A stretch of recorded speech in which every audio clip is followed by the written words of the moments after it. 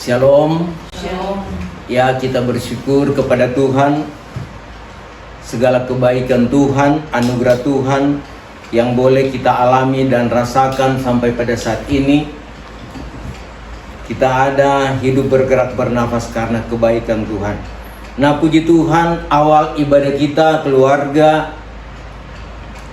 pada saat ini hari Minggu tanggal 30 Maret 2025. Kita akan sama-sama mendengar firman Tuhan.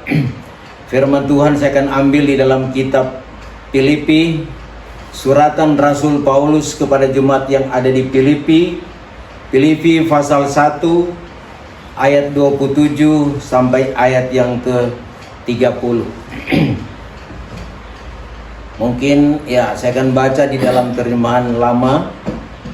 Filipi pasal 1 ayat 27 sampai 30. Nasihat bertekun di dalam iman. Ayat 27, hanya biarlah kehidupanmu di dalam sidang jemaat berpadan dengan Injil Kristus, supaya baik aku datang melihat kamu, baik berjauhan, boleh aku mendengar hal kamu, bahwa kamu berdiri tetap di dalam satu roh, dengan sehati, bersungguh-sungguh, berlomba oleh karena iman Injil itu.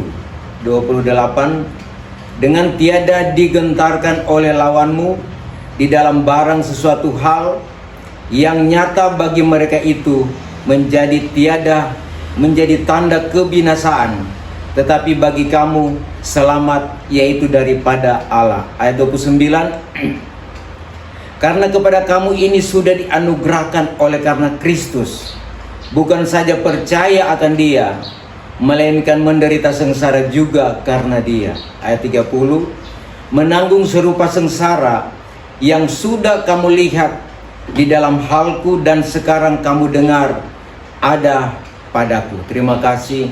Silakan duduk. Firman Tuhan pada saat ini adalah nasihat daripada Rasul Paulus yang ditujukan kepada orang pilihan Tuhan yang ada di Filipi, yaitu nasihat bertekun di dalam iman, ya. Nasihat bertekun di dalam iman. Nah, ini adalah merupakan nasihat juga bagi kita gereja Tuhan akhir zaman ini. Apa sebab? Kehidupan kita saat ini diperhadapkan dengan berbagai-bagai gejolak, berbagai-bagai masalah, berbagai-bagai pergumulan, baik pribadi, pergumulan keluarga, bermasyarakat, bekerja, bahkan apapun yang kita alami di dalam dunia ini adalah merupakan pergumulan hidup yang tak dapat tiada, harus kita lewati, harus kita hadapi. Mau atau tidak mau, suka atau tidak suka, kita berada di tengah-tengah dunia ini yang dikatakan oleh firman Tuhan penuh dengan onak dan duri. Kita harus menghadapi tantangan demi tantangan. Namun satu hal yang perlu kita ingat, bahwa kita di dunia ini hanya sementara saja, ya. Di dunia kita ini adalah sebagai perjalanan, ya, bagaikan musafir, dan tujuan kita adalah sorga yang kekal. Nah, oleh sebab itu untuk menuju ke sorga kita perlu ada petunjuk-petunjuk. Kita perlu ada penolong. Dan kita perlu ada kekuatan. Petunjuk adalah kebenaran firman Tuhan. Penolong adalah Roh Kudus yang memberikan kita kemampuan di saat kita tidak mampu. Dia melakukan segala sesuatu di luar kemampuan kita, karena Dia adalah pribadi Allah. Dan tujuan kita adalah sorga, ya. Sorga itu akan nyata tatkala kita akan dipanggil oleh Tuhan. Jadi sorga itu bukan hanya sebagai khayalan atau bukan hanya sebagai mimpi, tetapi tujuan kehidupan saya dan saudara adalah kehidupan yang kekal bersama Tuhan di sorga. Kita perhatikan firman Allah pada saat ini, ya. Firman Allah itu ya dikatakan 2 Timotius 3 ayat yang ke-16. Coba minta tolong dibaca. 2 Timotius 3 ayatnya yang ke-16. Segala tulisan yang diilhamkan Allah memang bermanfaat untuk mengajar, untuk menyatakan kesalahan, untuk memperbaiki kelakuan, dan untuk mendidik orang dalam kebenaran. Ya, dalam terjemahan lama dikatakan begini. Adapun tiap-tiap kitab yang diwahyukan Allah berfaedah bagi pelajaran, bagi hal menyatakan salah, bagi hal membaiki yang rusak, dan bagi hal mengajarkan jalan yang benar. Ini firman Allah, ini Alkitab yang sedang kita baca, sering kita baca, dan selalu kita baca bahwa Alkitab itu mempunyai peranan yang penting, ya. Yang pertama yaitu sangat berguna bagi pelajaran. Artinya memberikan kita pelajaran dari hal yang baik dan yang benar dan yang berkenan kepada Tuhan. Kemudian saudara sekalian, menyatakan kesalahan. Jadi kehidupan saya dan saudara sebagai manusia yang banyak kekurangan, banyak kelemahan, banyak salah, banyak dosa, maka inilah firman Tuhan menyatakan kalau kita salah, ditegur oleh Tuhan lewat firman Tuhan, diingatkan agar supaya kita kembali kepada Tuhan, bertobat kalau kita sudah meninggalkan Tuhan. Dan kemudian fungsi yang ketiga, mengajarkan membaiki yang rusak, ya. Hal-hal yang sudah rusak, kehidupan kita yang sudah rusak karena dosa, itu diperbaiki oleh firman Tuhan. Dan yang berikut adalah mengajarkan jalan yang benar. Jadi jalan kita dituntun, disertai, bahkan ditunjukkan oleh Tuhan jalan yang benar. Karena dia katakan, Tuhan katakan, aku inilah jalan kebenaran dan hidup. Tiada seorang pun sampai kepada Bapa kecuali melalui aku. Jadi firman Allah ini yang kita dengar, ya, mengingatkan saya, memproses iman kita supaya iman kita akan lebih kuat, lebih kokoh lagi. Nah, dalam ayat pokok dikatakan tadi bahwa kita dianugerahkan Tuhan oleh bukan saja percaya akan Dia, melainkan menderita sengsara juga karena Dia. Itu ayat yang ke-29 Filipi 1, ya. Ini anugerah Tuhan. Kadangkala saudara berbicara tentang anugerah itu adalah berkat, ya. Kemudian juga anugerah itu berbicara tentang keselamatan. Anugerah Tuhan, Dia menganugerahkan anaknya yang tunggal untuk menebus dosa kita, supaya kita yang tadinya akan binasa karena dosa, tetapi lewat anugerah Dia menganugerahkan anaknya yang tunggal, sehingga kita boleh ditebus dan kita boleh dibentuk, diproses, dan kita boleh disempurnakan masuk surga yang kekal, ya. Anugerah, ya, berbicara tentang rahmat kasih Tuhan. Kadang atau memang banyak kali kita kalau berbicara tentang berkat Tuhan, itu hal-hal yang indah, hal-hal yang baik, ya, hal-hal yang saudara sekalian menjadi kesukaan daging kita, menjadi kesukaan tubuh. Itu hal-hal berbicara pemberian Tuhan. Namun dalam ayat ini, ya, Rasul Paulus dengan tegas dia katakan kepada jemaat yang ada di Filipi bahwa kepada kamu dianugerahkan saja, bukan hanya sekedar percaya kepadanya, tetapi menderita sengsara juga karena Kristus, ya. Saudara, kalau berbicara tentang kepercayaan, anugerah Tuhan, kita bisa percaya, kita bisa melakukan kehendak Tuhan, kita bisa berjalan bersama Tuhan, kita diberkati dalam segala hal, itu hal yang baik. Tetapi kalau berbicara tentang menderita, ya, tentunya hal inilah yang kadangkala menolak atau kita saudara sekalian tidak sejalan lagi dengan kebenaran firman Tuhan. Sebab penderitaan, ya, tidak ada orang di dalam dunia ini yang hidupnya harus menderita. Namun saudara, kalau kita memperhatikan firman Allah bahwa Tuhan sudah katakan, barang siapa yang mau mengikut aku harus pikul salib setiap hari. Dan apa saudara, ya, mari kita membaca Saudara, di dalam Lukas pasal 9, minta tolong Lukas 9 ayat 23 sampai ayat yang ke-25. Ayat yang ke-23 mulai. Maka katanya kepada sekalian orang, jikalau barang siapa hendak mengikut aku, haruslah ia menyangkali dirinya, serta menanggung salibnya tiap-tiap hari, lalu mengikut aku. Ayat 24. Karena barang siapa yang hendak memeliharakan nyawanya, ia akan kehilangan nyawa. Tetapi barang siapa yang kehilangan nyawanya oleh karena aku, ia akan memeliharakan nyawa. Ayat 25. Apakah untungnya kepada seorang jika ia beroleh segenap dunia ini, tetapi dirinya sendiri hilang atau binasa? Iya, saudara, terima kasih ya. Dikatakan oleh Tuhan Yesus sendiri kepada murid-muridnya.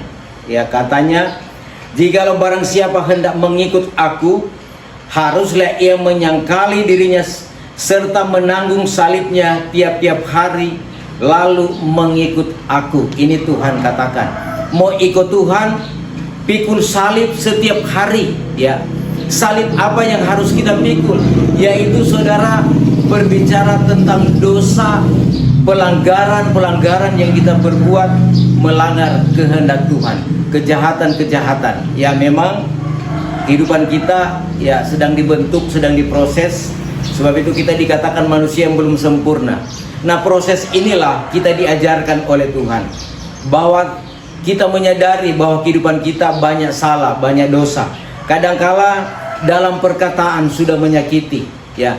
Dalam pikiran sudah mulai merencanakan yang jahat, bahkan ada fitnah di mulut, ya. Ada kebencian, bahkan ada dusta, ya. Hal-hal ini ya tentunya sedang menimpa kehidupan kita umat manusia. Inilah salib, inilah beban yang kita tanggung di hari-hari ini. Sebab Tuhan Yesus sudah satu kali menebus dosa kita, ya. Dosa warisan. Mazmur 51 sudah ditebus segala dosa warisan, bahkan dosa yang sudah kita perbuat sebelum kita mengenal Tuhan, dan tatkala kita mengenal Tuhan dihapuskan oleh Tuhan. Namun setelah kita mengenal Tuhan dan kita berbuat dosa, maka dosa itu kita tanggung sendiri, ya. Sebab itu dikatakan oleh firman Tuhan, apa yang kita tabur itu yang kita tuai. Kalau kita menabur kebaikan, kita akan menuai kebaikan, ya. Kalau kita menabur angin, kita akan menuai badai. Artinya, kalau kita berbuat jahat, kita akan menuai kejahatan, ya. Kalau kita menabur kebaikan, berbuat baik setiap hari, kita akan memiliki kehidupan yang kekal, yaitu sorga. Ini yang dimaksudkan oleh firman Tuhan. Jadi pikul salib setiap hari, ya. Lebih jelas lagi saudara, kita membaca di dalam Lukas pasal 14 ayat 25 sampai ayat yang ke-27, ya. Ini ya Lukas 14 ayat 25 mulai. Maka teramatlah banyak orang itu berjalan mengiringkan Yesus. Lalu ia berpaling sambil berkata kepada mereka itu, jikalau barang seorang datang kepadaku dan tiada membenci bapanya dan ibu dan bini dan anak dan saudara laki-laki dan saudara yang perempuan, bahkan nyawanya sendiri pun, tiada dapat ia menjadi muridku.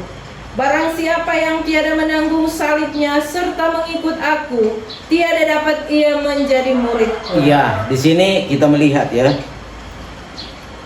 Tatkala Tuhan melihat banyak orang mengikut Dia, maka Dia berkata kepada mereka itu, jikalau barang seorang datang kepadaku dan tiada membenci bapaknya dan ibu dan bini dan anak dan saudara laki-laki dan saudara yang perempuan, bahkan nyawanya sendiri pun, tidak ia dapat menjadi muridku. Nah, di sini ayat ini kita perlu memakai hikmat, ya. Karena Tuhan sebetulnya tidak mengajarkan itu kebencian, ya. Tetapi Tuhan mengajarkan hal yang benar. Tuhan katakan, di sebarang seorang datang kepada tidak membenci bapaknya atau ibu, bini, anak laki-laki, perempuan, bahkan saudara, bahkan nyawanya sendiri pun tidak berlayak kepada Tuhan. Maksud firman Tuhan adalah kita harus mengutamakan Tuhan lebih dari segala perkara. Artinya melakukan kehendak Tuhan lebih daripada bapak kita, ibu kita, saudara laki-laki, saudara perempuan, bahkan lebih daripada nyawa kita sekalipun, ya. Itu Tuhan katakan, saudara, kalau kita mau hidup berkenan kepada Tuhan, karena memang benar-benar kehidupan ini milik kepunyaan Tuhan, ya. Memang saudara, kita memang diperhadapkan dengan situasi, ya, kita berhadapan dengan keluarga. Bahkan kita katakan kita rela berkorban untuk keluarga, saudara-saudara. Bahkan seorang tua, seorang ibu, dia akan mengasihi anaknya lebih dari segala perkara. Seorang bapak pun akan mengasihi anaknya lebih dari segala hal. Tuhan tahu semua itu, ya. Namun Tuhan katakan harus diutamakan Tuhan di dalamnya. Artinya saudara, rela mengorbankan segala sesuatu karena Tuhan. Karena kehidupan kita adalah milik Tuhan. Tapi memang hal ini sangat berat. Tetapi kalau kita ada penolong, ada Roh Kudus, maka pasti kita akan mampu untuk melakukan semua ini, ya. Nah, saudara sekalian, Tuhan katakan dalam hukum salib, ya, mengasihi Tuhan lebih dari segala perkara dan mengasihi sesama manusia. Kasihilah Tuhan Allahmu dengan segenap hatimu, segenap jiwamu, dengan segenap akal budimu, segala kuatmu. Itulah hukum yang pertama dan yang utama. Kemudian kasihilah sesamamu manusia seperti dirimu sendiri. Nah, saudara kasih dalam Tuhan mengajarkan hukum kasih. Itu salib itu adalah kasih Tuhan kepada kita umat manusia. Namun di dalam hal ini segala sesuatu yang harus kita utamakan adalah Tuhan Yesus sendiri. Karena pengalaman daripada hamba-hamba Tuhan, ya. Orang-orang yang sudah mengenal Tuhan, mengenal kebenaran, mereka rela mengorbankan segala sesuatu yang dipunyainya. Yang penting dia bisa menerima keselamatan, dia bisa menerima kebaikan Tuhan. Sebagai contoh, saudara, dikatakan di dalam Ibrani pasal yang ke-11, ya. Ibrani pasal 11, kita membaca ayat yang ke-23 mulai. Ayat yang ke-23, Ayat 24. Ibrani 11 ayat yang ke-24. Dari sebab iman juga Musa enggan dikatakan anak putri Firaun tatkala ia sudah besar. Maka relalah ia teraniaya bersama-sama dengan kaum Allah daripada menyukakan kesukaan yang berdosa seketika lamanya. Ayat 26. Karena pada pemandangannya kecelaan dari hal Kristus itu lebih besar harganya daripada segala kekayaan Mesir, sebab ia memandang kepada pahala. Ya, kita melihat contoh di sini, ya. Musa. Siapa yang tidak mengenal Musa? Ya, Musa adalah seorang orang Ibrani yang diambil oleh putri Firaun tatkala dia dihanyutkan di sungai Nil, ya. Tatkala dia dipelihara, maka Musa ini tinggal di istana raja. Segala kebutuhan dia hidup mewah, segala fasilitas ada. Nah, maklumlah di dalam kerajaan. Tetapi saudara sekalian, di dalam ayat ini, ya, Musa karena dia iman, karena dia percaya kepada Tuhan, ya, dia tidak ingin mengatakan bahwa dia adalah anak Firaun. Tatkala dia sudah dewasa, ayat 25, dia rela teraniaya bersama-sama dengan kaum Allah daripada menyukakan kesukaan yang berdosa seketika lamanya. Karena pada pemandangannya kecelaan dari hal Kristus itu lebih besar harganya daripada segala kekayaan Mesir, sebab ia memandang kepada pahala. Jadi kita lihat di sini bahwa Musa itu rela menderita daripada kesenangan Mesir. Ya, dia tahu bahwa Mesir itu berbicara tentang dunia ini, kemewahan, kekayaan, nama yang tenar, bahkan ya menjadi figur yang baik. Tetapi dia tidak pandang itu karena dia punya iman. Dia lebih menderita, lebih memilih menderita sengsara bersama orang-orang Ibrani, orang-orang pilihan Tuhan. Apa sebab? Karena dia memandang kepada pahala. Dia tahu bahwa dalam penderitaan yang seketika lamanya, yang tidak lama ini akan membawa dia ke sorga yang kekal. Sebab itu dia rela meninggalkan istana raja. Mungkin kalau saya dan saudara tinggal di istana raja, kita mungkin tidak akan berpikir untuk meninggalkan istana, tetapi kita akan tinggal di istana sepanjang umur hidup. Sebab itu Musa memberikan contoh teladan bagi kita bagaimana kita untuk mendapatkan keselamatan. Sebab itu di rahasia akhir zaman ini, di zaman antikris, Musa itu akan diutus oleh Tuhan dan Nabi Elia untuk menghancurkan kekejaman daripada roh antikris. Sebab itu dia memandang kepada pahala. Kita pun diajarkan untuk memandang kepada keselamatan. Kemudian kita memperhatikan juga Rasul Paulus, ya. Rasul Paulus, ya, dikatakan dalam 2 Timotius pasal yang keempat, ya. 2 Timotius pasal yang keempat.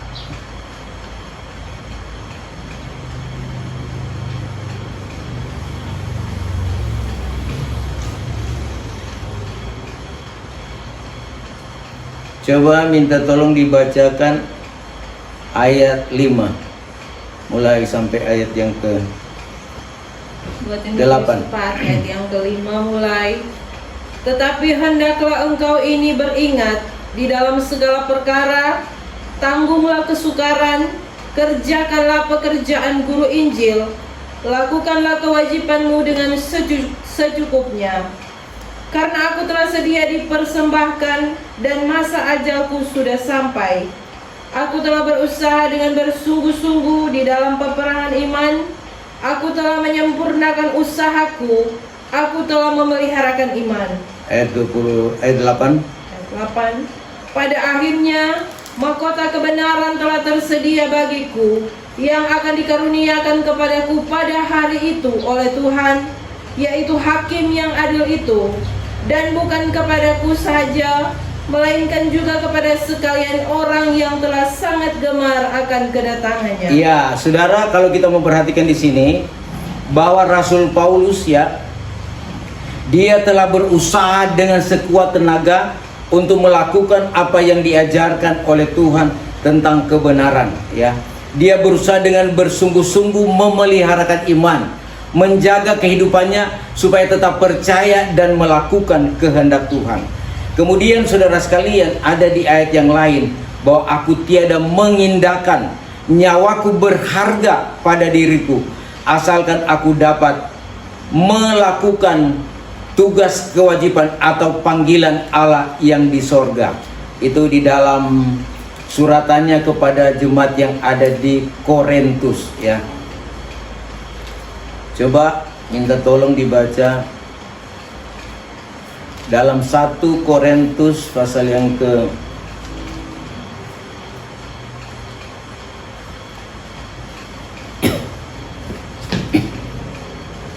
di mana itu yang dikatakan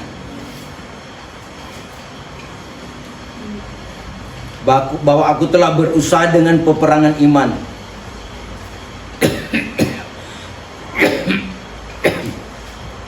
Aku tiada mengindahkan nyawaku berharga pada diriku, asalkan aku dapat melaksanakan tugas panggilanku, yaitu memberitakan Injil kerajaan, ya.